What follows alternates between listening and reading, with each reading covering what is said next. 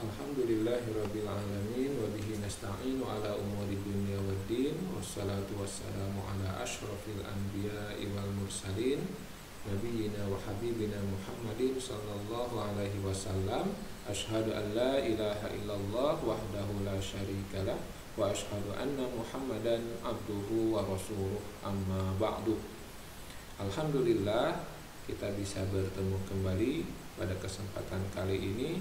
Maka tidak ada kalimat yang paling pantas kecuali kalimat hamdalah, pujian kepada Allah Subhanahu wa taala yang telah memberikan nikmat yang begitu banyak, nikmat kehidupan, nikmat kesehatan, nikmat kesempatan, dan tentu yang paling utama adalah nikmat keimanan.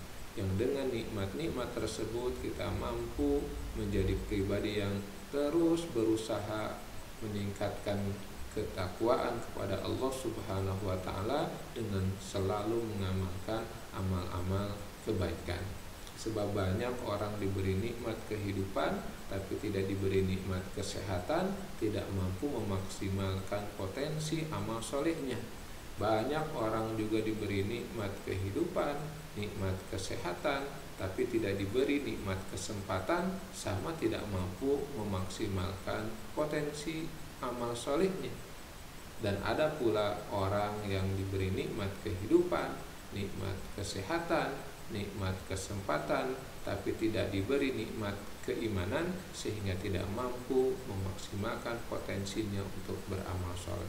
Alhamdulillah bini'matihi tatimmus sholihat. Alhamdulillah dengan nikmat-nikmat dari Allah itu tatimmus sholihat. Amal-amal kesolehan mampu kita laksanakan secara sempurna. Mudah-mudahan amal-amal soleh, amal-amal kebaikan kita diterima oleh Allah Subhanahu wa ta'ala dan dibalas dengan pahala yang terbaik. Amin ya rabbal alamin. Hadirin ikhwatul iman, insyaallah pada kesempatan kali ini kita akan membahas tentang memelihara sholat. Tentu yang akan dibahas bukan pembahasan yang panjang, ini pembahasan yang singkat saja, tapi mudah-mudahan ada manfaatnya. Allah Subhanahu wa ta'ala berfirman, hafizu ala sholawat wassalatil wusta wa qumu lillahi qanitin.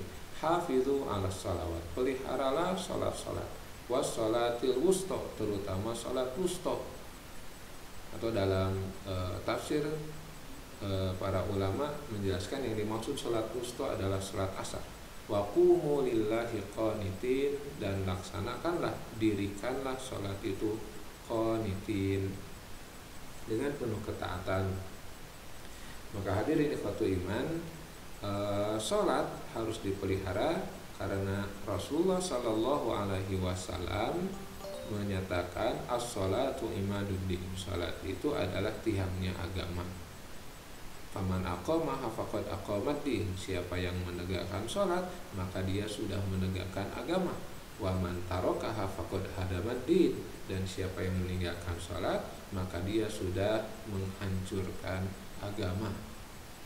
Dan sholat juga adalah amal yang pertama kali akan dihisab oleh Allah Subhanahu wa ta'ala. Awwalu ma yuhasabu bihil abdu yaumal qiyamah as-sholat. Amal yang pertama kali akan dihisab oleh Allah adalah sholat. Idza saluhat saluha sairu amalihi wa idza fasada sairu amalihi. Kalau sholatnya beres, baik, maka akan beres dan baiklah seluruh amalnya. Dan apabila sholatnya rusak, maka akan rusak pula seluruh amalnya. Hadirin ikhwatul iman, selain Allah Subhanahu wa ta'ala memerintahkan untuk memelihara sholat, Allah Subhanahu wa ta'ala juga memperingatkan dalam ayat Al-Quran yang sudah sama-sama kita hafal, fawailul lil musallin, fawailul lil musallin, celakalah orang-orang yang suka sholat. Pada ayat ini Allah Subhanahu wa ta'ala menggunakan isim fa'il musallin, kata benda yang menunjukkan pelaku. Al-musallin artinya dalam kajian bahasa Arab, musallin atau isim fa'il itu artinya subutus syai'i li syai'i, tetapnya sesuatu pada sesuatu. Artinya kalau kita melihat lafaz musallin artinya sholat sudah tetap pada pribadi orang ini atau pada pribadi orang tertentu. Tapi orang tertentu itu ternyata diancam oleh Allah Subhanahu wa Ta'ala. Jadi yang diancam oleh wailun itu bukan orang yang jarang sholat, tapi orang yang suka sholat, bahkan sholatnya sudah menetap di dalam dirinya. Fawailul lil musallin alladzina hum an sholatihim sahun, yaitu orang-orang yang sahun, lalai dalam sholatnya. Apa sih yang dimaksud dengan lalai pada ayat ini? Para ulama menghubungkan ayat fawailul lil musallin, celakanya orang-orang yang sholat ini karena lalai, ini terkait dengan amalan orang-orang munafik. Dalam tafsir Ibnu Katsir dikutip sebuah hadis dari Rasulullah Sallallahu Alaihi Wasallam. Pada suatu hari Rasulullah Sallallahu Alaihi Wasallam mengatakan, tilka sholatul munafik, tilka sholatul munafik, tilka sholatul munafik, sampai 3 kali. Tilka sholatul munafik, itu adalah sholatnya orang munafik. Tilka sholatul munafik, itu sholatnya orang munafik. Tilka sholatul munafik, itu sholatnya orang munafik. Para sahabat bertanya-tanya, apa yang dimaksud sholatnya orang munafik? Bagaimana sholatnya orang munafik itu? Rasul menjelaskan, yajlisu yarkubus syamsa. Ciri sholatnya orang munafik itu yang pertama, yajlisu yarkubus syamsa, dia duduk yarkubus syamsa, mengawasi, menunggu matahari. Yarkubu itu lebih tepat maknanya kan dari kata rokuba, rokoba yarkubu. Raqib artinya mengawasi, dia duduk mengawasi, melihat dan mengawasi matahari.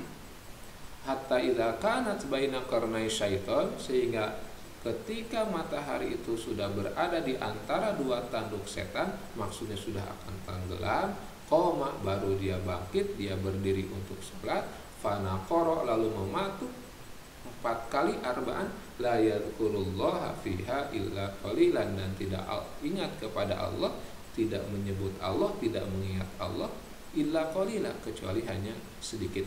Tilka sholatul munafik, itulah sholatnya orang munafik.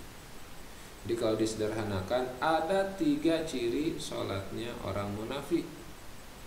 Ada 3 ciri sholatnya orang munafik.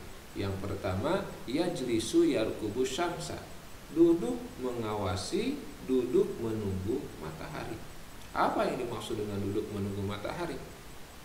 Nah, hadirin ikhwatul iman, matahari di masa dahulu digunakan atau oleh Rasulullah digunakan sebagai penanda waktu sholat. Penanda waktu. Kalau sekarang mungkin bisa jadi jam. Bisa jadi jam digunakan. Yarkubu yajlisu yarkubus syamsa. Nah, orang munafik ini ketika berkumandang azan misalnya, yang dicontohkan di dalam hadis ini adalah sholat asar, terkait dengan contoh atau dengan ayat yang tadi di surat Al-Baqarah tadi, perintah untuk memelihara sholat dan sholat wusta atau sholat asar. Nah, ketika datang waktu sholat asar, orang munafik itu yajlisu yarkubus syamsa, dia duduk sambil mengawasi matahari.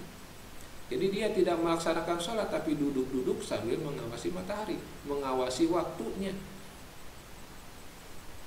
Ini mungkin ketika adzan berkumandang Allahu Akbar, Allahu Akbar, dia malah duduk melihat matahari. Kalau sekarang mungkin masih 3:30, kemudian dia masih sibuk dengan urusannya. Jam 4, sudah jam 4, masih sibuk dengan yang lain. Datang waktu sudah 4:30, sudah 4:30, tapi ini tanggung nih, sedikit lagi pekerjaan. Baru ketika datang waktu atau matahari sudah sangat tenggelam, hatta idza kanat baina qarnai syaiton. Nah, ketika mataharinya sudah hampir tenggelam, qoma, baru dia berdiri, fanaqara, lalu dia mematuk 4 kali, fanaqara arba'an, mematuk 4 kali, tanda tergesa-gesa seperti burung gagak yang mematuk. Jadi sholat yang asar yang 4 rakaat itu hanya sekedar seperti mematuk saja, tidak sempurna. Wala yadhkurullaha fiha illa qalilan, dan tidak mengingat Allah kecuali hanya sedikit. Ciri sholat orang munafik pertama yajlisu yarqubus syamsa. Dia menunggu-nunggu matahari akan tenggelam. Artinya dia lalai dari waktu sholat. Dia menunda-nunda sholat. Itu ciri pertama sholatnya orang munafik. Urusan waktu ditunda-tunda. Sehingga menjadi kebiasaan, walaupun di sini yang dicontohkan sholat asar, tapi ya hampir seluruh sholat seperti itu, ditunda-tunda dari waktu yang utama. Padahal Rasulullah Shallallahu Alaihi Wasallam menegaskan bahwa amalan terbaik itu adalah as-sholatu fi awwali waqtiha, sholat di awal waktu. Ingat, bukan sholat tepat waktu. Sebab kalau kalimatnya sholat tepat waktu, atau dalam bahasa kita on time, ya tepat waktu, sholat duhur misalnya jam 2, setengah 3 itu masih tepat pada waktunya, tetapi bukan amal terbaik sebab tidak di awal waktu. Sedangkan amal orang munafik yang kedua atau sholat, ciri sholat orang munafik yang kedua adalah fanaqoro arba'an, mematuk 4 kali. Artinya sholatnya sangat tergesa-gesa, tidak sempurna bacaan, tidak sempurna gerakan. Pernah terjadi di zaman Rasulullah Shallallahu Alaihi Wasallam, hadis riwayat Imam Bukhari juga imam-imam hadis yang lain. Rasulullah Shallallahu Alaihi Wasallam pada suatu hari masuk ke dalam masjid, masuk ke masjid tentu untuk melaksanakan sholat. Ketika beliau duduk, fadakhala, lalu masuk seseorang yang lain, seorang sahabat, fadakhala rajulun fasolla, ada seorang laki-laki masuk kemudian dia sholat. Selesai sholat, ja'a ilan nabi, orang itu datang kepada Nabi Sallallahu Alaihi Wasallam, fasallama, lalu dia mengucapkan salam. Lalu Rasulullah menjawab wa alaika. Nah, ini yang menarik, Rasul menjawab tidak wa alaikum salam, tapi wa alaika. Artinya ada sesuatu yang diragukan dari orang ini. Wa alaika, lalu Rasulullah bersabda irji fasalli fa inna kalam tusalli, kembali lagi, sholat lagi, sebab kamu belum sholat. Padahal tadi ketika masuk sudah sholat. Tapi oleh Rasulullah Shallallahu Alaihi Wasallam, orang ini disuruh sholat lagi untuk yang kedua kalinya. Maka karena disuruh oleh Rasulullah Shallallahu Alaihi Wasallam, disuruh oleh pemimpin, disuruh oleh presiden mungkin, dia sholat lagi. Faroja'a fasolla sumaja'a ilan nabiyyi, dia kembali, dia sholat, selesai sholat dia datang lagi kepada Nabi, fasallama, mengucapkan salam lagi. Lalu Rasul menjawab wa alaika lagi, tidak wa alaikumussalam, wa alaika. Ini kan biasanya sekali lagi wa alaika itu jawaban untuk orang yang non muslim. Jadi kalau ada orang non muslim mengucapkan salam kepada kita, jawabannya wa alaika, bukan waalaikumsalam. Nah, orang ini ketika salam oleh Rasulullah dijawab wa alaika. Lalu Rasul berkata lagi irji fasolli fa inna kalam tusolli, balik lagi, sholat lagi, kamu belum sholat. Padahal tadi sudah 2 kali sholat. Maka karena disuruh Rasulullah, dia kembali lagi, sholat lagi untuk yang ketiga kalinya. Kemudian dia datang lagi kepada Nabi, fasallama, mengucapkan salam lagi. Rasul menjawab wa alaika lagi, dan Rasul menyuruh lagi irji fasolli fa inna kalam tusolli, balik lagi, sholat lagi, kamu belum sholat. Padahal sudah 3 kali. Maka karena sudah 3 kali sholat, di dalam bahasa kita nista maja utama, dia mengatakan ma uhsinu ghairahu ya Rasulullah walladzi ba'atsaka bil haqqi, demi Allah yang sudah mengutusmu membawa kebenaran, ma uhsinu ghairahu, tidak bisa yang lebih baik lagi, itu sholat terbaik saya, fa'alimni, maka ajarkanlah kepada saya. Jadi hadirin ikhwatu iman, orang ini sampai berulang-ulang sholat disuruh oleh Rasulullah karena ada ketidaksempurnaan, ada kekurangan. Maka Rasulullah Shallallahu Alaihi Wasallam mengajarkan kepada orang itu, idza qumta ila sholat, apabila kamu berdiri mau sholat, apabila kamu mau sholat, yang pertama yang harus kamu lakukan asbigil wudu'a, sempurnakan wudunya. Jadi yang pertama adalah sempurnakan wudu. Tsumastaqbilil qiblah, kemudian menghadaplah ke arah kiblat dengan sempurna. Fakabbir, lalu bertakbirlah. Jadi hadirin ikhwatul iman, yang harus dipelihara dari sholat bukan hanya sholatnya, tapi sejak persiapan awalnya. Di hadis ini dikatakan fa'asbigil wudu'a, sempurnakan dulu wudunya. Artinya bisa jadi sahabat yang tadi disuruh oleh Rasulullah untuk mengulang sholat lagi, bisa jadi karena ada ketidaksempurnaan dalam wudunya. Ketidaksempurnaan dalam wudu itu ya sampai ada sedikit saja yang tidak terusap atau tidak terbasuh oleh air dari anggota wudu, itu Rasulullah pernah mengancam wailul lil aqabi minan nar, celaka itu tumit-tumit, neraka itu tumit-tumit, kata Rasulullah. Itu karena waktu itu para sahabat pernah sholat tergesa-gesa sampai ada bagian dari tumit yang tidak terbasuh oleh air.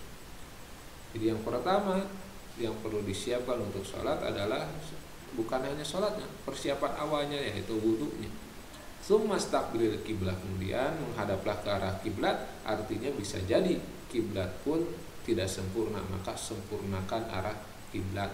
Baru ketika dua hal itu sudah dipastikan benar, fakabbir, bertakbirlah.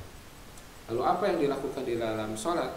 Tsumaqra' ma tayassara ma'aka minal Qur'an, bacalah yang kamu hafal dari ayat-ayat Al-Quran, maksudnya tentu Al-Fatihah dan surat-surat yang lainnya. Sumarka, sesudah itu rukuklah, kata Rasulullah kepada orang itu. Sumarka, rukuklah. Wala tarfa, tapi jangan dulu bangkit. Hatta tatma'inna raki'an, sebelum kamu benar-benar tumaninah dalam rukuk. Jadi tidak tergesa-gesa, harus tenang, tentram, sempurna gerakan, sempurna bacaan. Sumarka wala tarfa ra'saka hatta tatma'inna raki'an, jangan tergesa-gesa. Baru sesudah itu sumasjud, sumarfa, bangkitlah hatta ta'tadila, wala tasjud hatta ta'tadila qa'iman, bangkitlah dan jangan sujud sebelum kamu tegak berdiri. Nah, seringkali ada orang yang terburu-buru, iktidalnya belum sempurna, berdirinya belum tegak, sudah masuk ke posisi sujud. Nah, ini tidak sempurna. Sebab kata Rasulullah, wala tasjud hatta tatma'inna hatta ta'tadila qa'iman, sampai kamu tegak berdiri. Baru sesudah tegak berdiri, sami Allahu liman hamidah, Rabbana lakal hamdu, atau ya bacaan yang panjang, tegak berdiri. Sumasjud, baru sujudlah. Wala tarfa, tapi kata Rasulullah jangan dulu bangkit dari sujud, hatta tatma'inna sajidan, jangan dulu bangkit sebelum kamu tumakninah, tenang, tentram, sempurna bacaan, sempurna gerakan, tidak tergesa-gesa di dalam sujud. Sumarfa, lalu bangkitlah dari sujud. Wala tasjud, dan jangan sujud lagi, hatta tatma'inna jalisan, sebelum kamu tumaninah duduknya. Jadi membaca bacaan di antara dua sujud dengan tenang, tentram, sujudnya sempurna, duduknya sempurna, dan kata Rasulullah jangan dulu sujud. Sumasjud, lalu silahkan sujud. Wala tarfa, dengan catatan sama dengan yang tadi, jangan dulu bangkit, hatta tatma'inna sajidan, sebelum kamu tumanina sujudnya. Summa fa'adzalika fi sholatika kulliha, lakukanlah itu di seluruh sholat. Itulah yang Rasulullah Sallallahu Alaihi Wasallam ajarkan kepada orang tersebut. Inti dari memelihara sholat yang pertama adalah tidak lalai menunda-nunda dari waktu sholat. Yang kedua, tidak lalai dari bacaan dan gerakan-gerakan sholat. Lalu hadirin ikhwatul iman, ciri ketiga sholatnya orang munafik adalah wala yadhkurullaha fiha illa qalilan.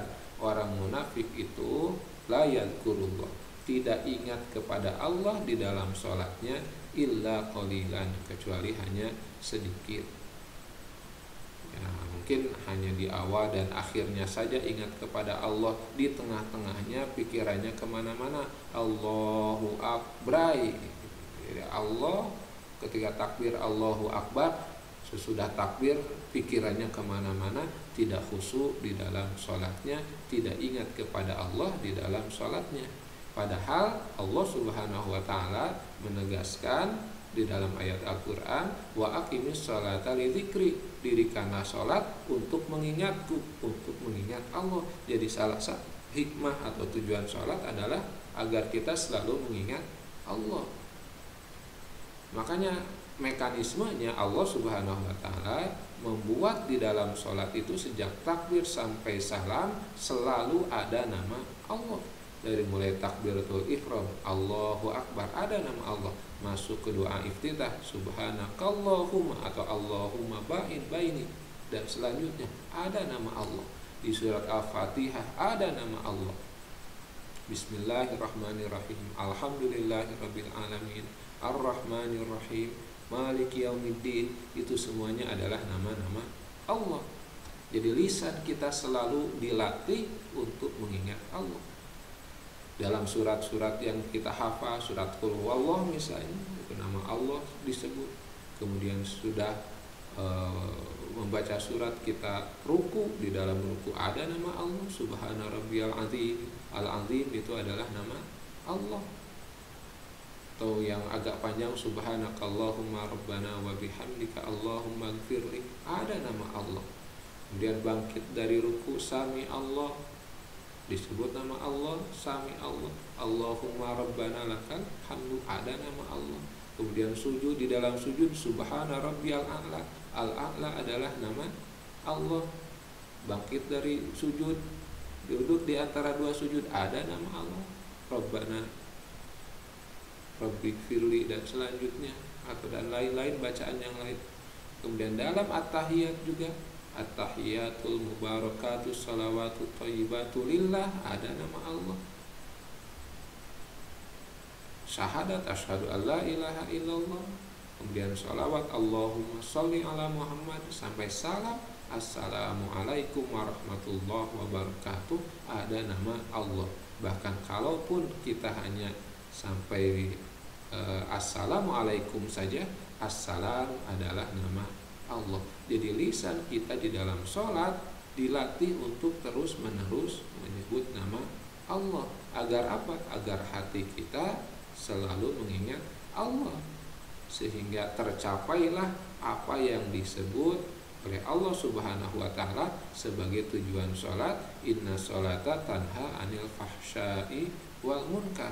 Sholat itu sesungguhnya dapat mencegah kejahatan dan kemungkaran. Sebab tidak mungkin orang yang mengingat Allah melakukan kejahatan dan kemungkaran.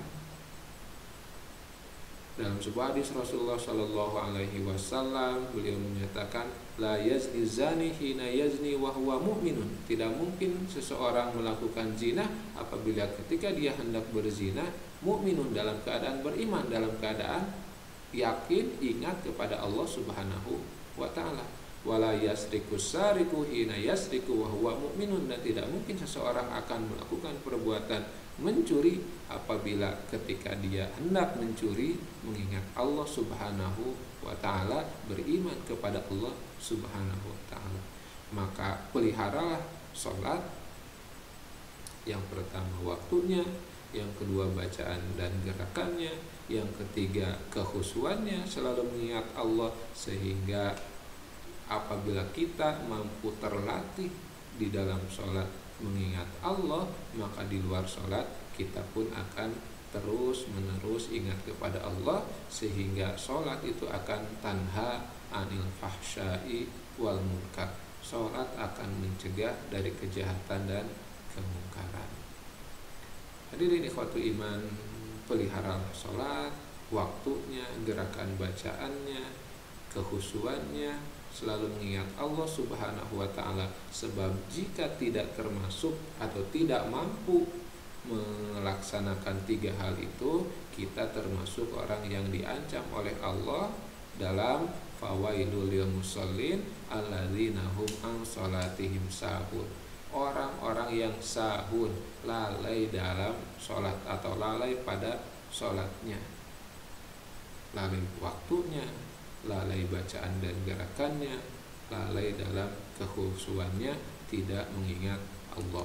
Maka inilah tiga ciri sholat orang munafik: lalai pada aspek waktu, menunda-nunda, lalai pada bacaan dan gerakan sholat karena terburu-buru, dan lalai pada kekhusyuan karena apa yang ada di dalam hati dan pikirannya adalah keduniaan. Dia tidak mengingat Allah hatta sampai di dalam sholatnya.